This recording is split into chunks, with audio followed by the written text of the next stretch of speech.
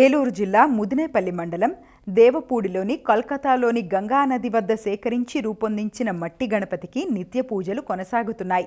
42 ఏళ్లుగా plaster of ప్యారిస్తో చేసిన విగ్రహాన్ని మండపంలో కొలువుదీర్చి పూజలు చేయిస్తున్న నిర్వాహకులు ఈ పర్యాయం మట్టి గణపతికి ప్రాధాన్యం ఇచ్చారు. పర్యావరణ పరిరక్షణే తమ లక్ష్యమని నిర్వాహకులు తెలిపారు.